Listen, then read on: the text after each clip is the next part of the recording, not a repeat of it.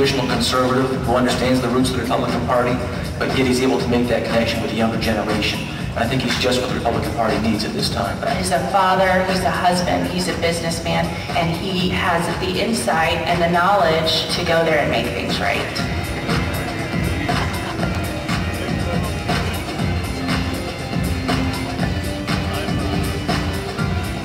It's about time that we bring somebody in that has great concern and passion, for this country and for the citizens of Maine.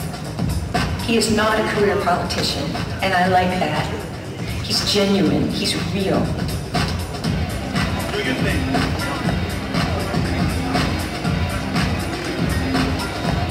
I came away determined to do whatever I could, financially and otherwise, to help him win, because we need Dean Scontras.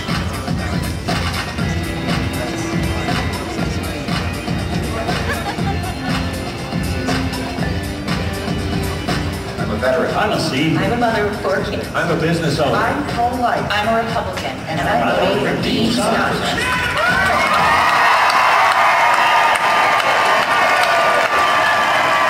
And I'm Ray Richardson, and I'm voting for Dean Scontras because I believe that all Americans ought to live in freedom.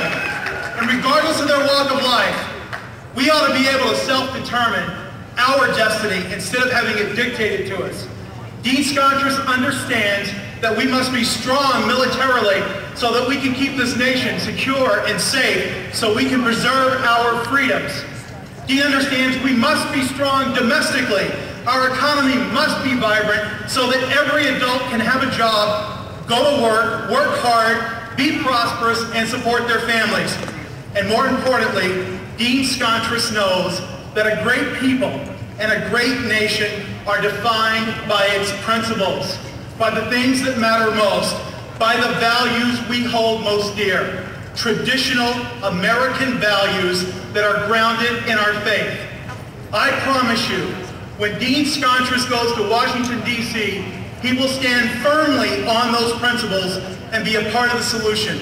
It is my privilege to support him, and it is my honor to introduce him. Please put your hands together for the next congressman from the state of Maine, Dean Scontras.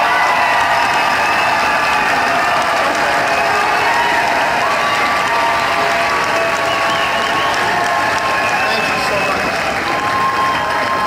Thank you. As I've said on countless occasions, is that family is the cornerstone of a good society. And I want to recognize my inspiration for this life, my family standing behind me, my parents, Peter and Sophie Scontras. And I'd also like to introduce you to my lovely wife, Dawn, and my 2 children, Jack and Zoe.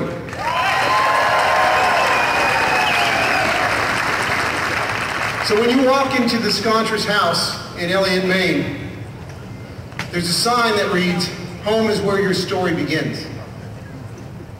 And around that sign is pictures of 3 generations of the Scontras family. One of my favorite pictures is that of my 2 children playing with my parents on the very beach I grew up, which was York Harbor Beach in Maine. On the other side is a picture of my grandfather in front of his shoe store in Old Orchard Beach, Maine. And he has a proud look on his face. My grandfather came here, and I emphasize this, legally. Legally.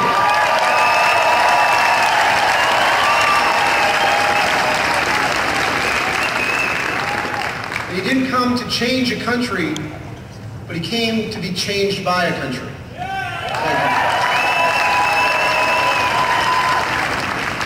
And I'm here to testify for you today that those dreams have come to pass, not only for his children, but now for his grandchildren, and now for his great-grandchildren. So if home is truly where your story begins, the Scontras family story started in Maine over 100 years ago. So like my parents, grandparents, aunts, and uncles, you Mainers do the heroic every single day. It's deep within the Maine soul to endure the elements and not complain. I mean, we as Mainers are naturally very stoic people, and we prefer actions more than we prefer words. And perhaps it's our long legacy with the sea as a seagoing people. I mean, we're lobstermen, we're fishermen, we're shipbuilders. And as such, we approach life with a certain toughness, a stiff upper lip, and most of all, a reverence for things greater than ourselves. And I learned this very early on as the youngest of 7 children growing up at 30 Love Lane in Kittery, Maine, when I watched my father pick up his lunch pail and go to the Portsmouth Naval Shipyard every single day of his life to send us all to the University of Maine.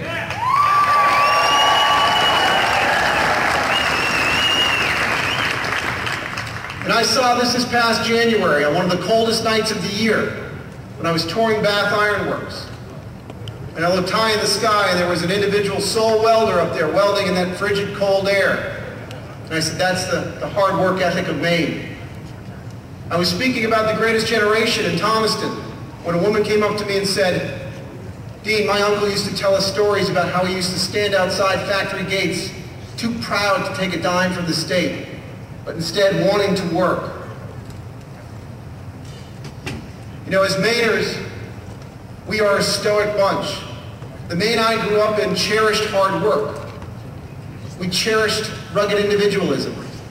Where I grew up in Kittery, we didn't get our heroes from Washington, D.C. or Hollywood or MTV because they were right there at our kitchen table every single night.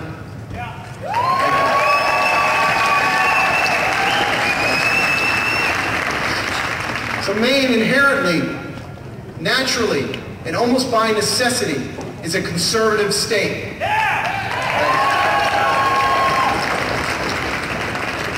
And there are some who are suggesting that the conservative flame in this state is about to flicker out. But I know that's not true, because I've come to see you this year in your homes and in your shops and in your businesses, and I know that conservative flame still shines brightly in many of you. And thanks to you for lighting this conservative candidacy ablaze.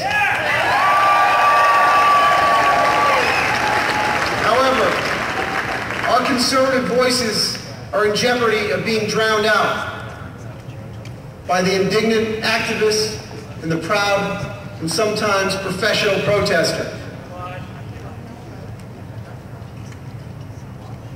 You know, I say MoveOn.org has moved into this state, and they work 24/7 trying to change the culture and the agenda at our state and across our country.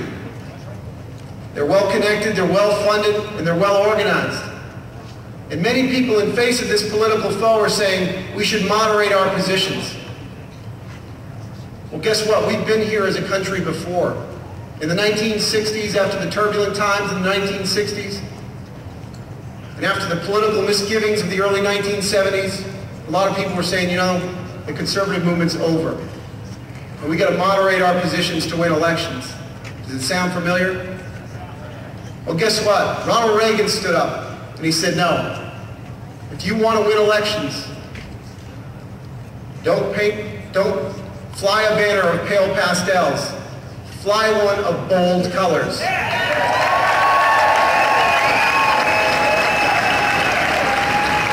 So the American people know where you stand on every single issue of the day. So I will tell you, I will not compromise, I will not moderate, and I will not appease on my way to victory in November.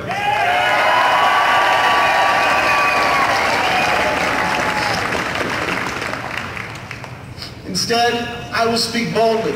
I will speak boldly about how important it is to protect the sanctity of life.